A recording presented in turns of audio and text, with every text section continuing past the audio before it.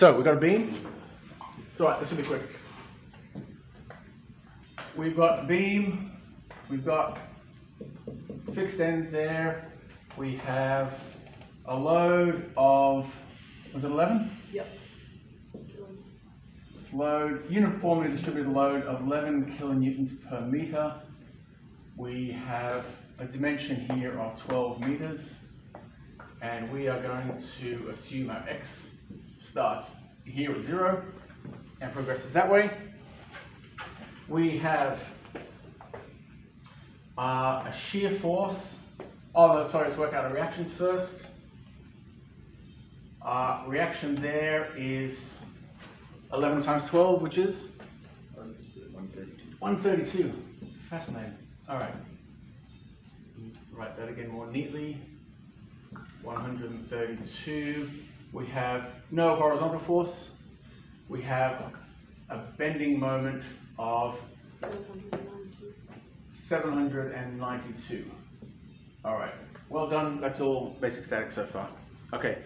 What we have to do though is write the shear force and the bending moment in as an equation of x. Okay.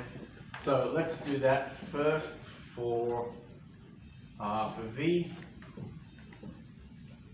So shear force equals, well, when x equals 0, our shear force is 132, and our shear force is going to be this shape.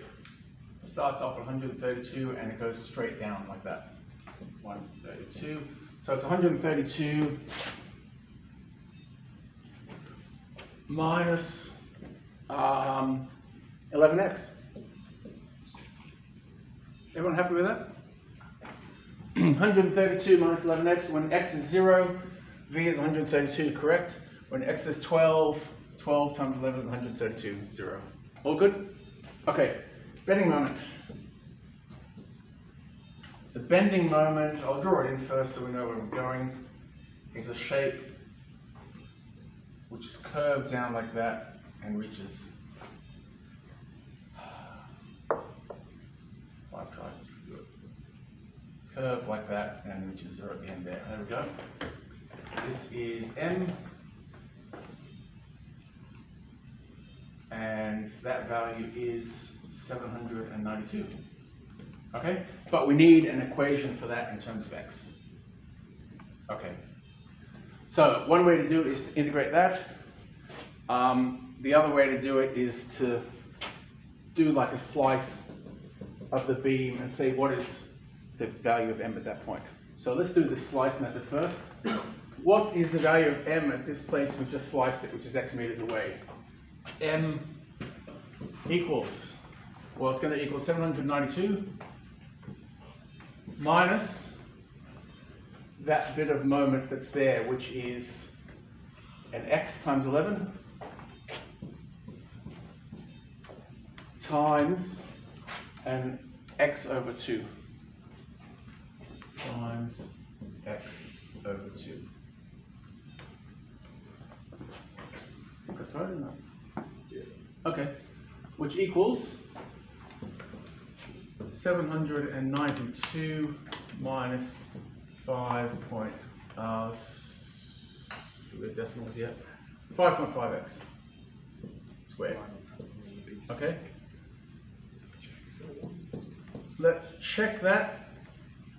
When x is 0, m is 792. We're happy with that. Can someone put in 12 squared times 5.5? Do you get 0? You get 12 into that? Yeah, 792. Okay, happy days. Here we are. All right, there is our equation for m. Okay. Now to get to deflection. Deflection is going to the deflected shape. Let's draw it. Deflected shape. Obviously, at the support, it's going to be the same, and a cantilever just kind of droops down like that. Okay.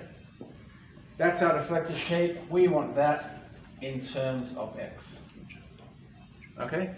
We have to integrate it twice to get there. The first integral gives us curvature, which is how much the shape is changing. Second integral gives us that. Okay, let's integrate that. So integral from 0 to x, or actually 0 to 12, isn't it? Of m, which is 792 minus 5.5 x squared. Let's integrate it once. What do we get? I'm going to change colors just to sound better.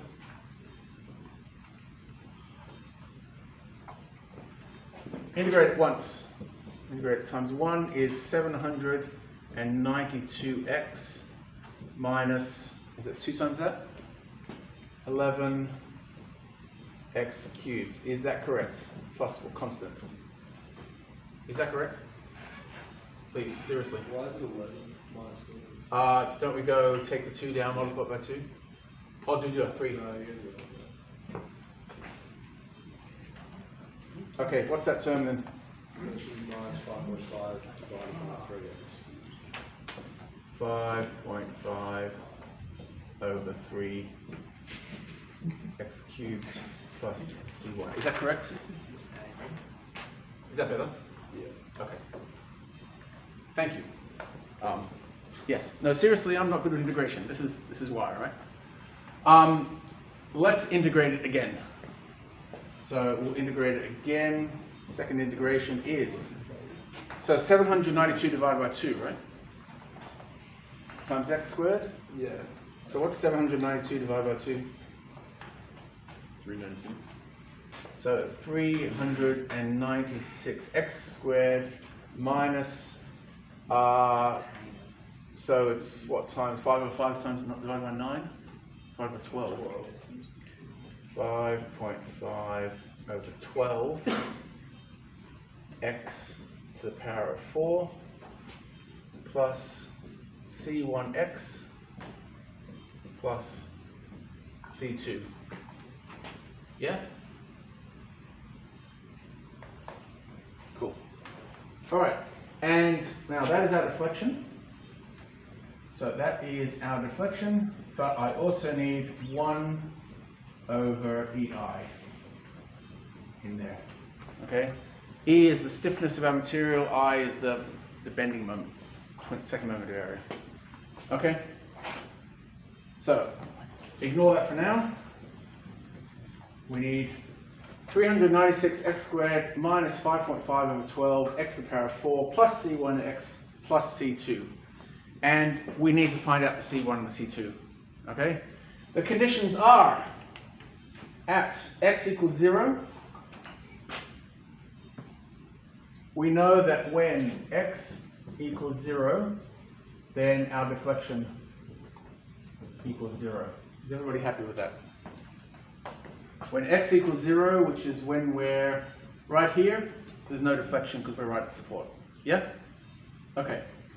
And the other thing is that when x equals 0, there's also no curvature there. So our curvature, call that phi, equals 0. Alright? Little word of warning, if you had a simply supported beam, and that's your bending moment and deflected shape, at x equals 0, you've got no deflection. Also, x equals whatever the support is there, you've got no deflection as well. So you can use that to work out 2c's. Okay?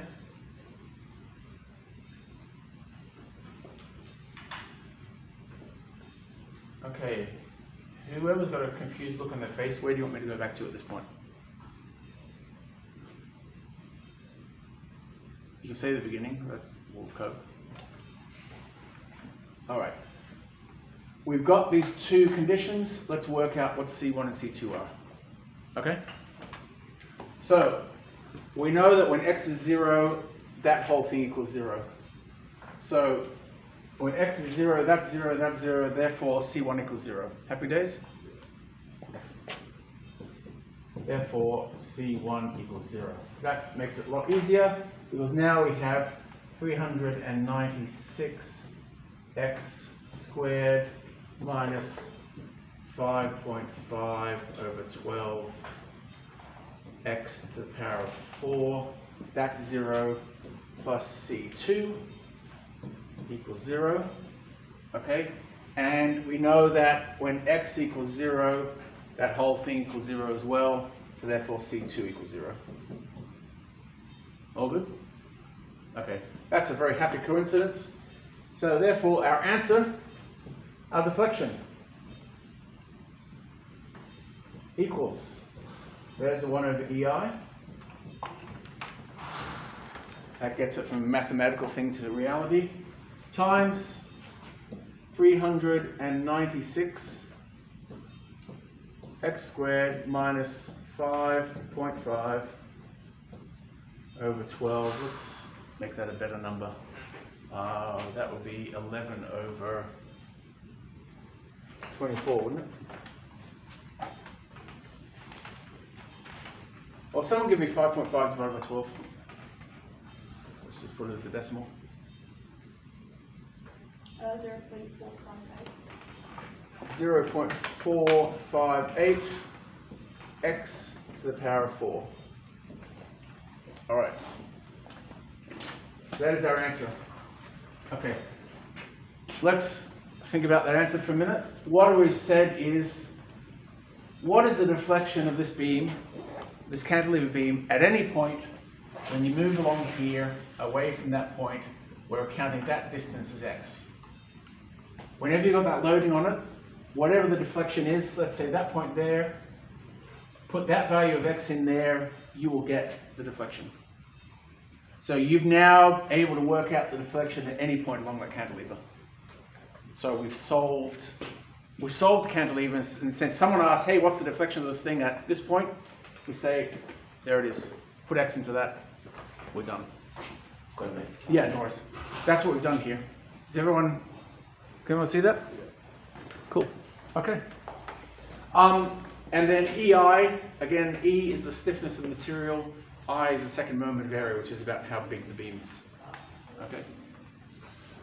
It won't always be that C1 and C2 both equal 0. That's just a very nice coincidence from this example. So sometimes there's a bit of faffing around to get C1 or C2. This method of finding the deflection of a statically determinate beam is something for your conceptual understanding as an engineer. I've never used this method in real life, and I've never met an engineer who would use this method in real life. Okay?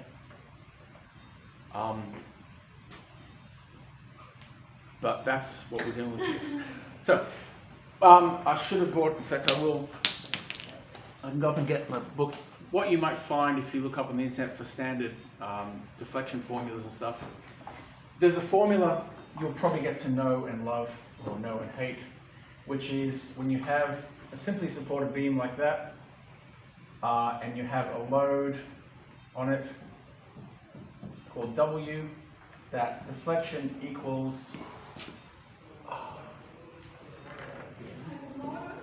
deflection equals 5 on 384 WL to the power of 4 over EI.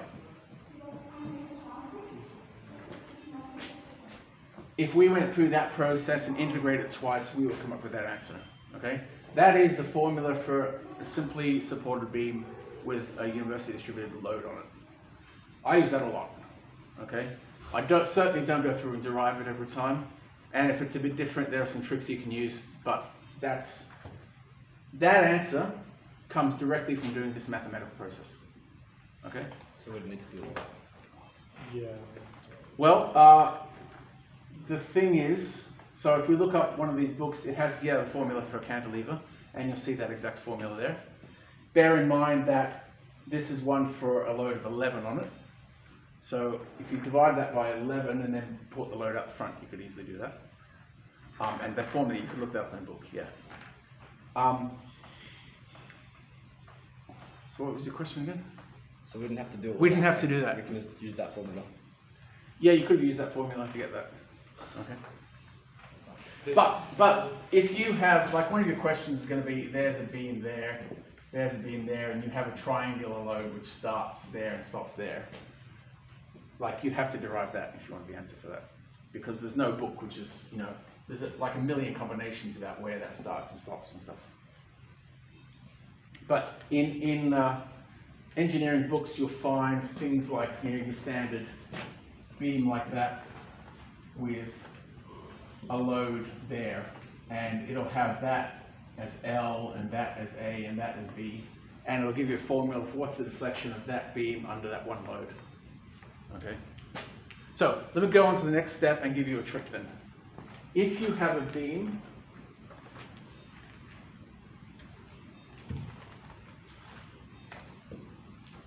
this is called the rule of superposition.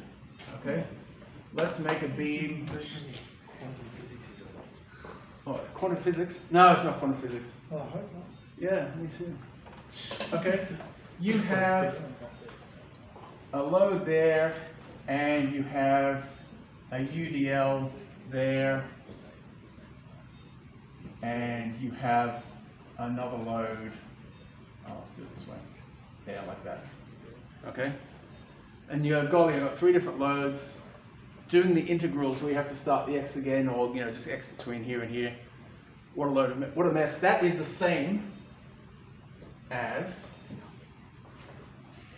that plus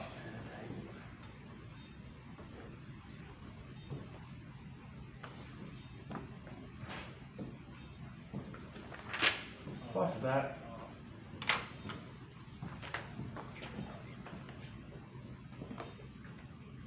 plus that. Okay? So, let me emphasize that again.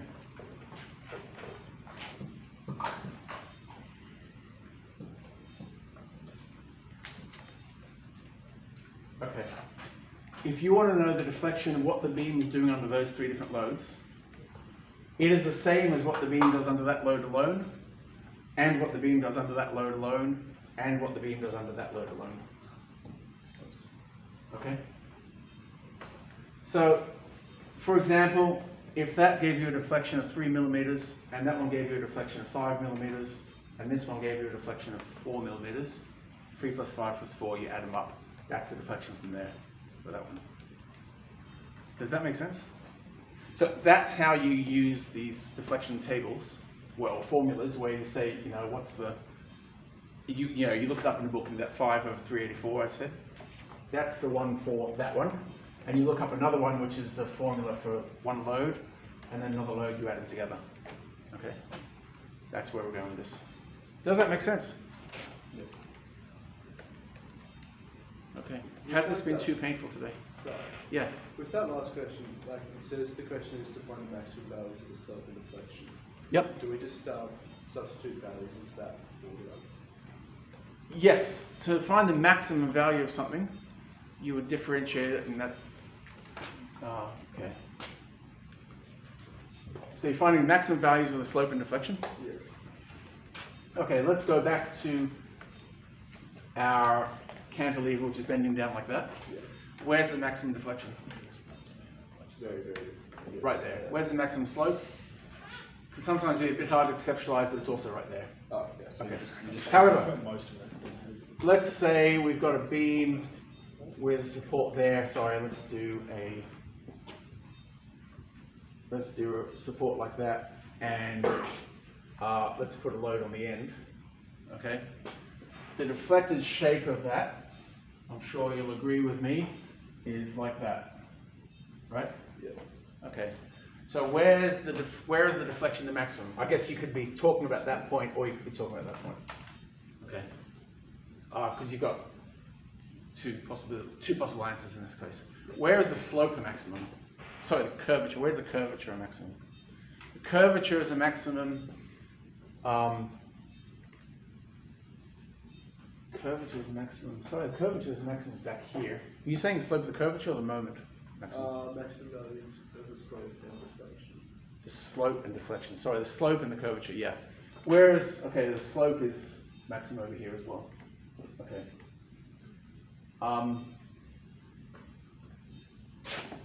Okay, but on this one, you've got a pretty high slope there.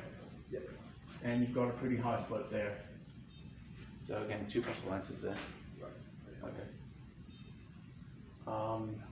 Let's draw a simply supported beam with stick a load right there. Okay.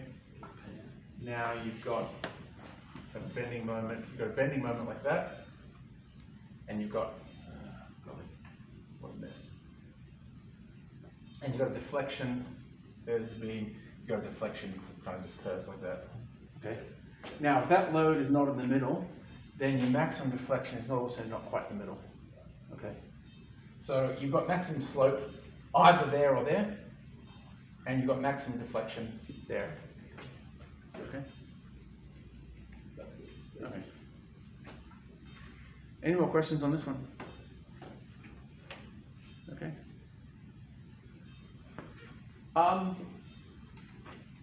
There's a program called SkySieve, which is a free, simple beam analysis. Space Gas is a student version of Space Gas, I'm pretty sure, in the student room. Get to learn to use those programs. I want you to understand how they work and what they're doing, rather than, hey, it's a black box and just spits out an answer, okay? That's why we have this topic of finding mad integrals for things that you never do in real life. It's so you get an understanding of what's actually happening and what's the mathematical process behind it. All right. All good? Did you want to do anything else today?